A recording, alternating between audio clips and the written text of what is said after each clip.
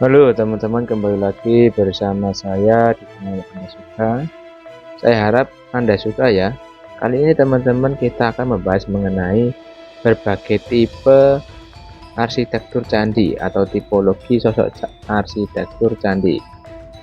Istilah candi pada umumnya dihubungkan pada bangunan sakral yang dibangun berdasarkan konsep Hindu dan Buddha. Berdasarkan tipologi sosok arsitektoniknya, wujud bangunan sakral peninggalan zaman Hindu-Buddha dapat dibedakan menjadi beberapa jenis yang mendasar sebagai berikut. Yang pertama, tipe menara. Tipe menara sering disebut bentuk candi yang dikenal saat ini secara luas, seperti Candi Prambanan, Sewu, Gedong Songo, dan sebagainya. Tipe menara merupakan bangunan yang terbangun menjulang, seperti bangunan menara yang langsing. Tipe ini dapat memiliki ruang maupun tidak memiliki ruang. Tipe ini dapat terbuat dari material batu, bata, kayu, maupun kombinasi di antaranya.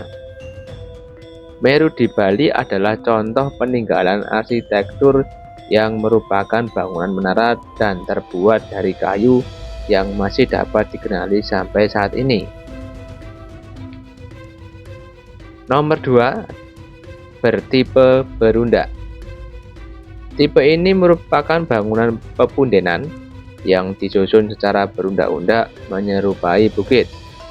Hal ini dapat dikenali pada bangunan berundak seperti candi-candi di lereng Penanggungan atau Gunung Penanggungan di Jawa Timur, kemudian Gunung Lawu, Gunung Borobudur, Borobudur, dan sebagainya. Tipe ini dapat diduga terinspirasi dari bangunan prasejarah Punde-Brunda yang telah dibangun sebelum masuknya tradisi Hindu dan Buddha. Tipe ini dibangun juga dapat merupakan sebuah respon terhadap tanah yang miring atau berundak di lereng-lereng, contohnya Candi Borobudur itu. Kemudian yang ketiga, ada tipe kolam atau pertirtaan. Tipe ini merupakan bangunan yang menyerupai kolam, baik yang merespon sumber air dari permukaan bumi dalam tanah yang muncul ke atas permukaan tanah datar, ataupun air yang mengalir dari permukaan berundak yang lebih tinggi ke bawah. Kolam dapat dibedakan menjadi kolam yang bersandar pada slop tanah, contohnya ada Jolotundo, Belahan, Sabian Kunti, Ngawonggo, dan sebagainya.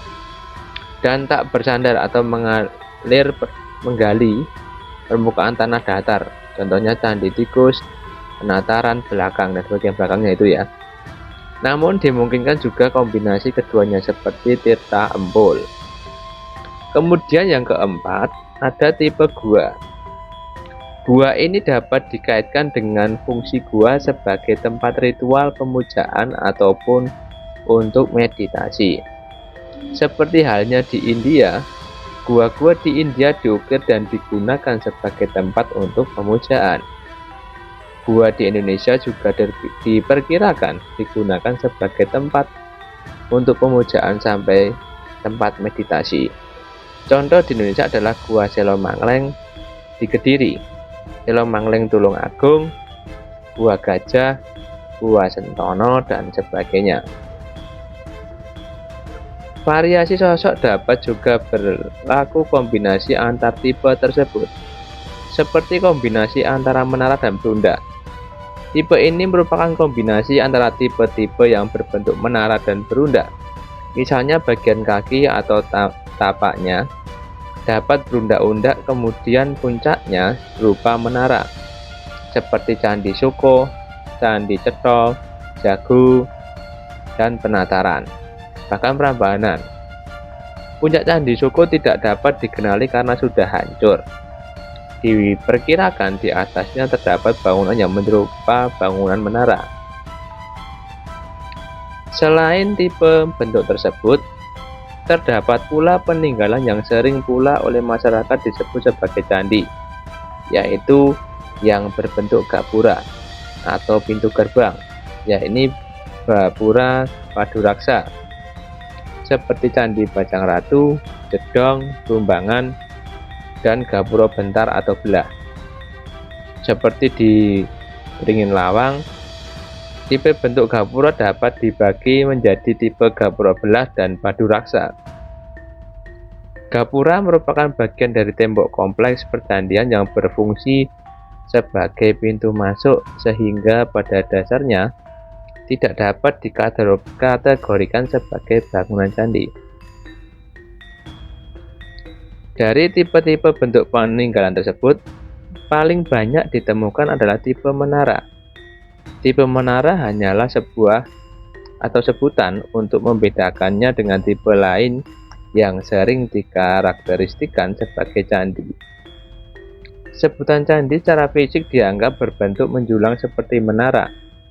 Tipe ini juga dapat diperkaya dengan elemen-elemen khusus seperti stupa, baik digunakan sebagai atap seperti di Candi Mendut, Sewu, atau candi-candi Buddha, maupun wujudnya memang berbentuk stupa seperti Candi Sumber Awan di Jawa Timur.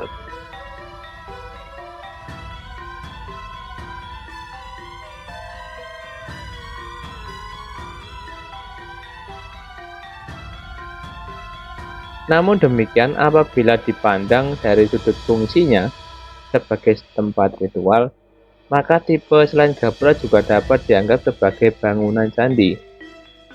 Tipe-tipe bentuk tersebut secara kesatuan dapat pula didapatkan dalam suatu kompleks percandian yang luas. Misalnya penataran di Blitar yang memiliki elemen bertipe menara, punden, kolam atau pertitaan, dan gapura. Atau misalnya dalam suatu kompleks yang dianggap sebagai bekas keraton, seperti kompleks Ratu Boko yang mempunyai unsur gapura, punden, menara, kolam, dan gua. Berdasarkan ruang, tipe bangunan menara dapat dibagi menjadi 5 jenis, yaitu menara ruang atau menara tanpa ruang, contoh Candi Barong, menara beruang 1 ya, paling banyak ditemukan seperti Candi Kidal, Candi Merak, Candi Gedong Songo, dan sebagainya. Menara beruang 3, candinya sudah musnah, namun di peta lama lukisan J.T. Pikidi di daerah Singosari dikenali adanya bangunan beruang 3. Kemudian ada menara beruang 4, contohnya Candi Siwa, Prambanan, Singosari, dan Sewu, serta menara beruang 6, contohnya Candi Sari dan Pelausan. Dalam tipe menara juga didapatkan bentuk khusus candi-candi yang dapat ditinggali untuk keperluan spiritual meditasi, yang dikenal sekarang sebagai biara.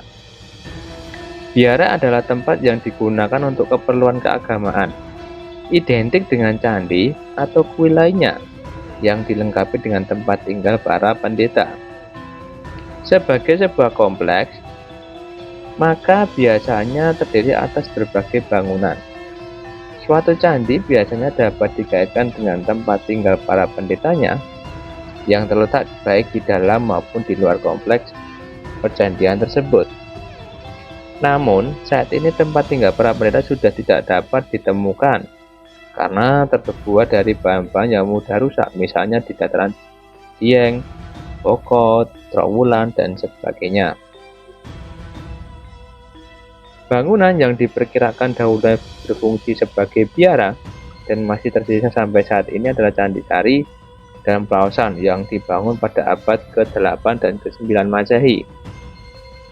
Masyarakat menyebutnya sebagai candi karena mempunyai karakteristik yang mirip dengan candi-candi pada umumnya.